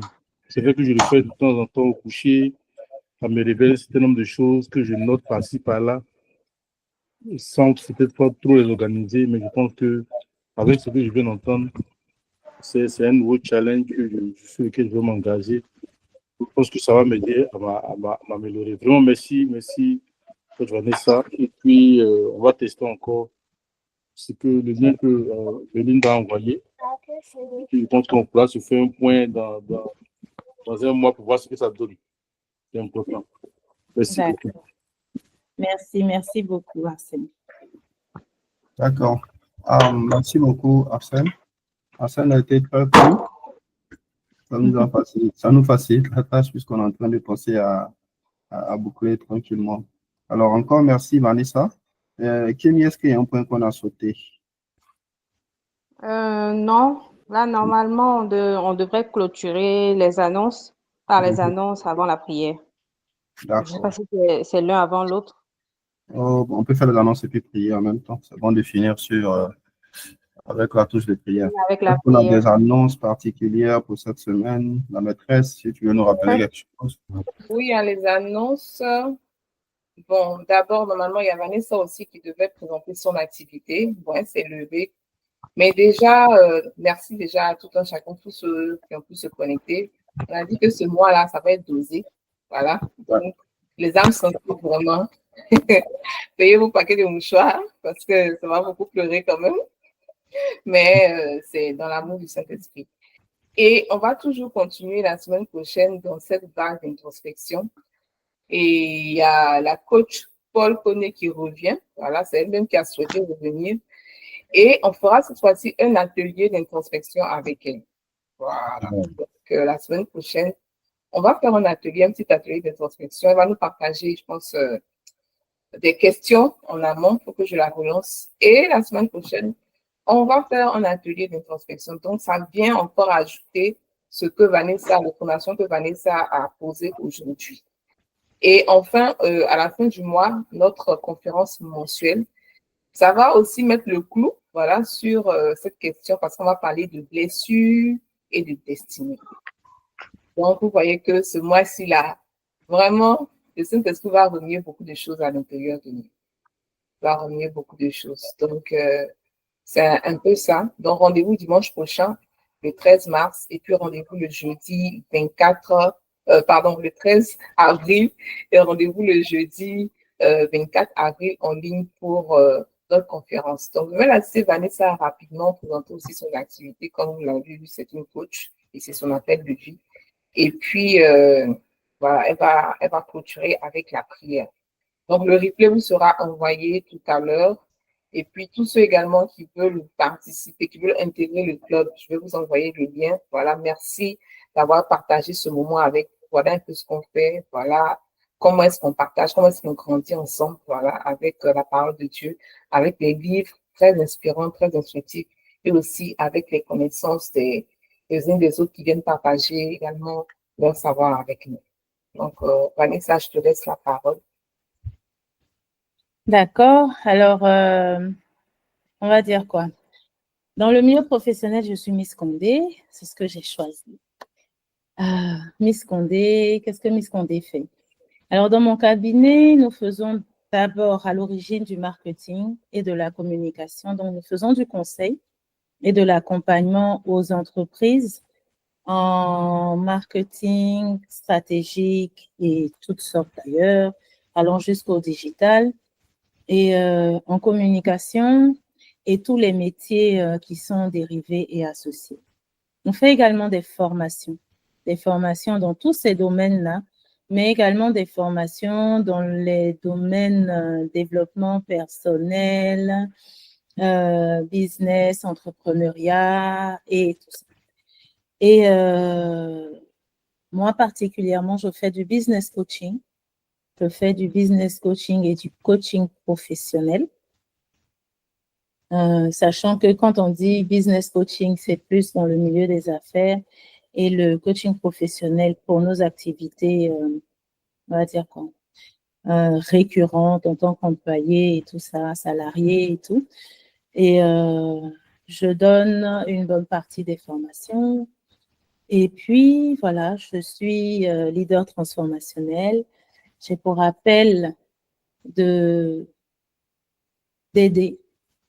les professionnels qui sont blessés, qui sont heurtés par leur vie professionnelle, parce qu'il y a des blessures intérieures professionnelles qui sont diverses. Donc, de les guider à recevoir la guérison divine de ces blessures-là et ensuite de pouvoir les équiper, hein, les reformater pour qu'ils puissent retourner brillant de lumière pour impacter notre monde. Voici mon appel. En gros, hein, c'est un peu ça. Bon, à part ça, j'ai des petits business à côté, des trucs sympathiques. Voilà. Et puis, j'organise aussi des événements. Je suis wedding planner. Wedding planner, designer, voilà.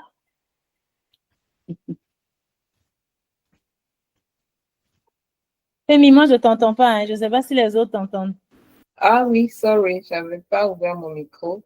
Donc, je disais qu'on prendra soin de partager les informations de ta page Facebook et puis LinkedIn, je pense bien. Voilà, pour que ceux qui veulent te contacter pour des accompagnements privés, qu'ils puissent le faire. Voilà. D'accord.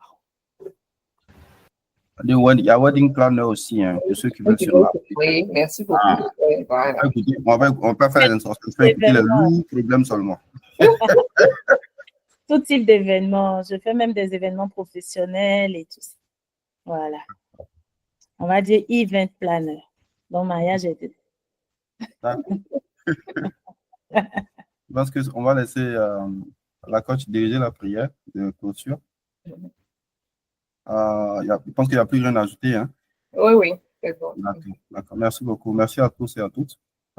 Coach, on te laisse prier. OK. Alors, nous allons nous disposer et demander au Seigneur de venir nous rejoindre. Je pense qu'il a pris le contrôle de cette session et alors que nous sommes en train de poser les derniers pas avant de nous séparer, nous allons continuer nos chemins avec lui. Et je veux demander vraiment au Saint-Esprit de venir nous rejoindre en nos cœurs. Je veux qu'il puisse venir visiter notre intérieur. Je veux que nous puissions l'inviter à prendre sa place, la place qui lui revient, la place qui lui est destinée, qu'il puisse siéger en tant que roi dans nos cœurs. Je voudrais que tu puisses ouvrir ton cœur et demander au Saint-Esprit de venir siéger dans ton cœur, qu'il puisse t'apporter la clarté. Saint-Esprit, viens nous rejoindre alors que nous avons besoin de toi. Nous ne savons pas qui nous sommes. Nous ne savons pas ce que nous faisons. Nous ne savons pas où nous allons. Aujourd'hui, nous avons passé tant d'années sur cette terre, mais nous nous rendons compte que nous sommes comme des nouveau-nés. Nous sommes comme des bébés. Nous ne savons même pas comment marcher. Nous ne savons même pas comment nous nous appelons. Nous voulons te demander de venir illuminer notre cœur. Nous voulons te demander de venir nous rejoindre, de venir poser le doigt sur ces blessures dont nous avons peur, ces blessures auxquelles nous ne voulons pas faire face, et te demander au cours de cette nuit de venir opérer le miracle. Nous avons besoin que tu nous restaures. Mais Seigneur, nous savons que tout seuls, nous n'y arriverons pas. Alors nous t'appelons afin que tu nous communiques ta force. Nous t'appelons afin que tu nous communiques la grâce. Et nous sommes à un point où nous avons besoin d'être éclairés. Nous avons besoin de clarté dans nos vies. Nous sommes à la croisée des chemins et nous nous posons des questions.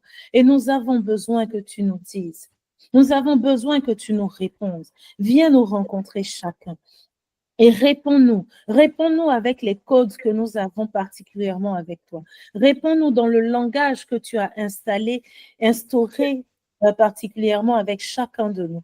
Réponds-nous selon ce qui est nécessaire. Parle-nous de nous. Parle-nous de ce qui nous a fait. Parle-nous de ce que nous allons devenir. Mais parle-nous de cette saison. Parle-nous de ce que tu attends de nous en cette saison. Parle-nous de ce que nous attendons de nous en cette saison. Parle-nous de ce que le monde attend de nous en cette saison. Oui, nous savons que le monde attend avec un très, très, très, très, très, très grand désir, la révélation des fils et des filles de Dieu. Nous savons que nous sommes fils et filles de Dieu. Mais Saint-Esprit, que devons-nous faire? Comment devons-nous le faire? À l'instant présent et pour les mois à venir, pour les années qui viennent. Qu'est-ce que tu attends de nous? Qu'est-ce que Dieu attend de nous? Saint-Esprit, viens et révèle-toi à nous. Nous voulons avoir une nouvelle façon de marcher avec toi. Nous voulons avoir une nouvelle manière de fonctionner avec toi. Nous voulons que tu puisses être au commencement et à la fin de tout ce que nous faisons. Nous voulons te demander de nous dresser nos feuilles de route et afin que nous puissions emprunter les chemins tracés par ces feuilles de route. Nous ne voulons plus nous égarer. Nous ne voulons plus survivre. Nous ne voulons pas être des personnages. Nous ne voulons pas porter des masques. Nous ne voulons pas jouer la comédie, mais nous voulons vivre notre vie. Nous voulons rayonner de toi. Nous voulons rayonner de ce qu'il y a en nous. Et nous voulons impacter autour de nous. Nous voulons impacter notre environnement. Nous voulons impacter nos enfants. Nous voulons impacter nos conjoints. Nous voulons impacter nos environnements de vie. Nous voulons impacter ces situations qui se dressent devant nous. Et nous avons besoin de ta puissance. Nous avons besoin de cette puissance-là qui a permis à Paul et Silas d'élever la voix en louange au bon milieu de leur désastre, de leur désarroi. Et ainsi, les murs de la prison sont tombés. Nous avons besoin de cette puissance-là qui détruit, qui fait tomber les murs de Jéricho et qui a livré Jéricho, son roi et son armée. Nous avons besoin de la puissance qui nous donne la force de dire ça suffit. Je suis désormais moi et voici comment je vis. Je suis heureuse et je veux demeurer heureuse. Je suis heureuse et je veux demeurer heureux. Nous avons besoin de toi, Saint-Esprit. Nous avons besoin de toi, Saint-Esprit, et nous voulons prendre en ce soir, en cet instant, l'engagement de marcher désormais avec toi. Et si, Saint-Esprit, avec tout ce qui se passe dans la vie, nous nous éloignons de toi, Saint-Esprit, ramène-nous. Ramène-nous à toi. Et remets-nous sur le chemin. Ne nous permets plus de nous éloigner, mais recalcule nos itinéraires lorsque le besoin se fait sentir. Et remets-nous sur le droit chemin. Fais de nous ces bijoux en or précieux, en pierre précieuse que nous sommes. Donne-nous d'être la merveille que nous sommes. Donne-nous d'être le chef-d'œuvre que nous sommes. Donne-nous d'être de rayonner à la gloire de l'artisan qu'est notre Père. Saint-Esprit, nous avons besoin de toi et nous savons que tu es venu, que tu as déposé quelque chose. Ce n'est pas seulement la prière qui fait de toi un dépôt, mais c'est ce que nous entendons, c'est ce que nous recevons de toi et tu nous as permis de recevoir, que cela soit cimenté en nous et nous reste. Amen. Jésus, nous avons prié. Amen. Amen, amen, amen. Est-ce qu'il peut Amen. acclamer le Seigneur? Amen. Est-ce qu'on peut dire merci à Dieu? Est-ce qu'on peut élever le nom du Seigneur par des cœurs, des likes, des quoi encore? C'est là. Est-ce qu'on peut dire merci à Dieu vraiment pour ce moment où il nous a bénis par sa servante? Merci Seigneur pour ce temps. Merci pour ces 1 heure. Merci Papa. Merci pour ta parole. Merci pour tes semences. Merci, merci Seigneur d'avoir encore enlevé les écailles de nos yeux. Merci, merci, merci. Merci pour chacun de votre présence. Merci à Kenny, merci. Merci à tous ceux qui nous ont rejoints. Je pense que on a Sofnatine du Sénégal. Sofnatine, tu es là rapidement. Bonjour. Est-ce que tu es là?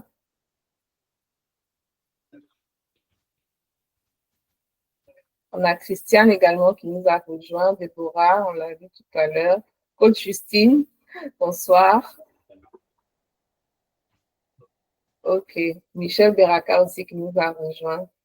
Merci également à Marie-Ange de Dakar également qui nous a rejoint. C'est sa première participation. Merci, j'espère que tu as apprécié. Merci. Merci à Corinne Yapo. Merci. Merci à tous. Que Dieu vous bénisse. Donc, rendez-vous le dimanche prochain à partir de 17h30 sur l'atelier pratique comment faire son introspection personnelle. Que Dieu vous bénisse et excellente semaine. À bientôt. Amen. À bientôt. Merci, merci. Bon dimanche. Au revoir.